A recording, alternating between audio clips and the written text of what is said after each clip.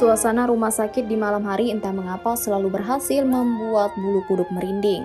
Namun orang yang satu ini malah berani menelusuri rumah sakit di malam hari.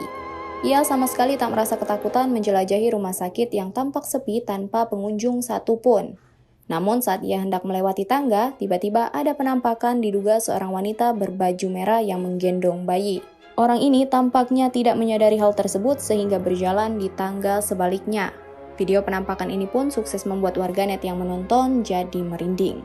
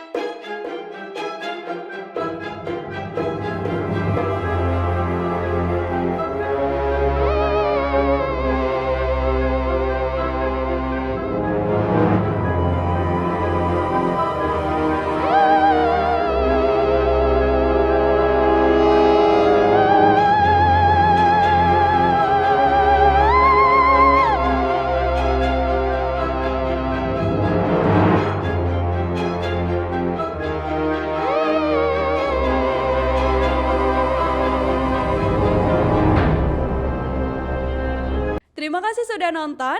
Jangan lupa like, subscribe, dan share ya.